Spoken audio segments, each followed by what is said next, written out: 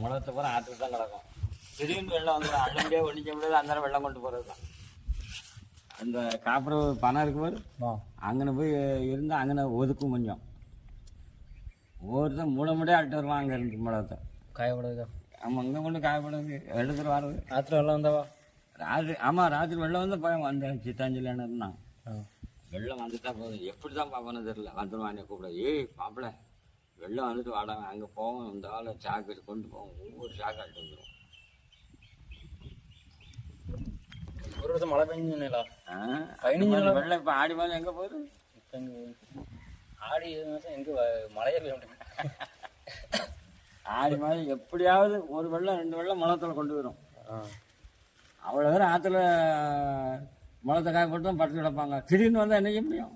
ஒன்றும் செய்ய முடியும். பச்சை முளத்தை ஏகப்பட்ட முளை செடி எக்கச்சக்கம். இப்போ காயெல்லாம் பறிச்சு வைப்பாங்க. அப்போ பூரா முளத்தை தானே.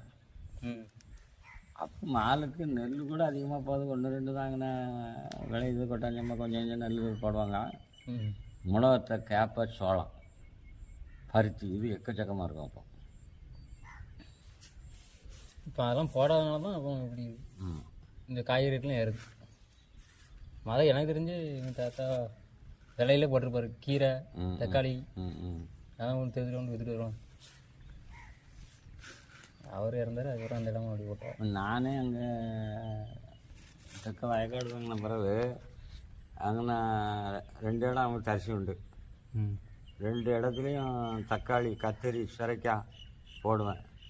அந்தால ஒரு சாக்கு பறித்து கொண்டு போடுவேன். சுரைக்காய் 2 பேர்லையும் விற்று விடுவான். தக்காளி ஆஞ்சி கொண்டு போடுவேன், கத்திரிக்காய் ஆஞ்சி கொண்டு போடுவேன்.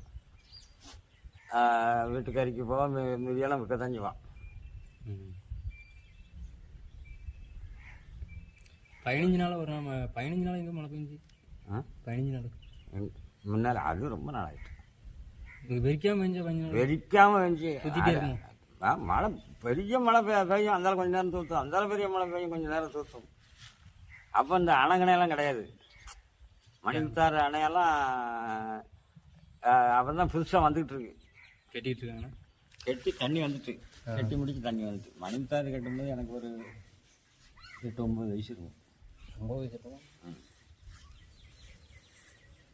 மணிமுத்தாறு அணையில் அணை கட்டும்போது இந்த 3 இன்ச்சு ஆணி இருக்குல்ல, அதுதான் அந்த ஆணி தான் அவங்க அப்புறம் யூஸ் பண்ணுது. லேசாக ஆணி வளைஞ்சு தான் துறப்பட்டுருவோம். லேசாக வளைஞ்சா போது அந்த ஆணியை துறப்பட்டுருவாங்க. எதுக்கு ஆணி? அந்த ஊர் இந்த இது பட்டை அடிப்பானுவா. அந்த கம்பி கட்டுறாங்களா இல்லையெல்லாம் அந்த சிலது அடிப்பாங்களா,